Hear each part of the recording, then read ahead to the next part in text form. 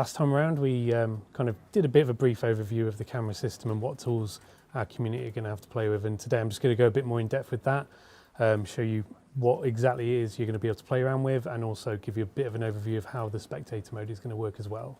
Going forward, in 2.6, all ships and vehicles will have their default first-person cameras, which you're all familiar with. We have the third-person flight, which we commonly call a chase camera. We have our orbit cam, which, as the name suggests, allows you to orbit around the ship from all different angles, and then the passenger orbit, so you can basically focus in on your pilot and manipulate the camera around him. So just to give you a bit of a rundown on how the controls work, we've decided to build more upon what our players already know with the little camera control that they've had previously. So we've always key bound everything to the F4 key, so you just cycle through views by pressing F4 and they just go in order. So we're built on that by using F4 as what we call a modifier. So basically, in order to operate the camera, you just hold down F4 and then plus and minus will change the lens size to a preset one. So you can go to an angle like that where it zooms in close, flattens out the view, or you can pull right back. And like I say, it's changing your depth of field.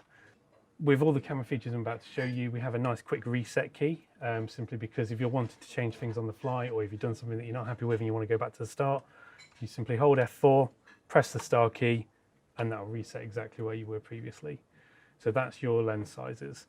The other new control I want to show you is the target offset, and that basically just allows you to move the position that the camera's pointing at.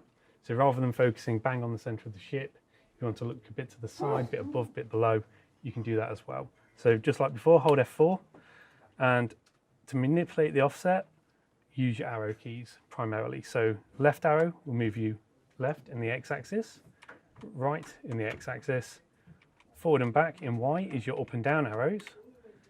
And if I just reset that, I can show you F4, page up, will strafe up, page down, will strafe down in the Z axis as well. So now if I change to the orbit camera, which I mentioned before, what we've basically done is very, very similar to what our players have had before, but by pressing Z is a toggle, it toggles on the orbit controls. So this will allow you to move around the ship. You can still, in this mode, change offsets and lens sizes, and then you can reset them at the touch of a button.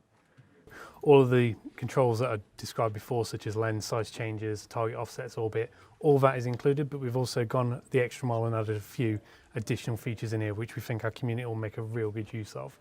So just to give you a bit of an overview, this is basically the screen that you'll see when you die, and if you're anything like me, this is going to happen regularly. So when you're in a team deathmatch mode, when you die, you'll automatically start viewing your teammates. So the camera will lock onto those, and you can cycle through any teammates who are still alive during the game by using the mouse buttons. From here, by default, the orbit controls are unlocked. Because you're not controlling the player, we can just get those ready to go straight away.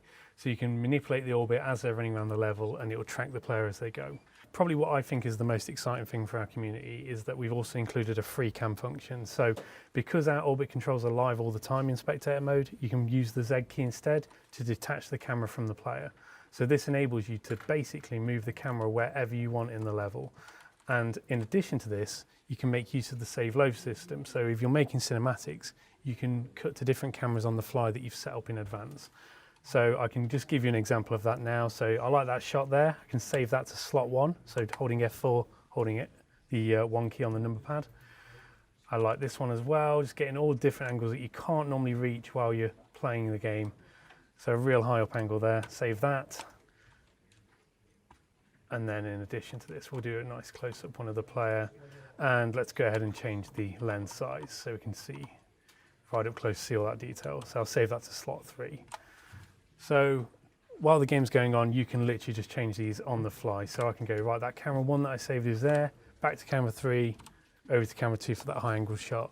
The tools have kind of been designed in mind for not just use in gameplay. So you will be able to create new views and bespoke camera angles for while you're actually playing the game.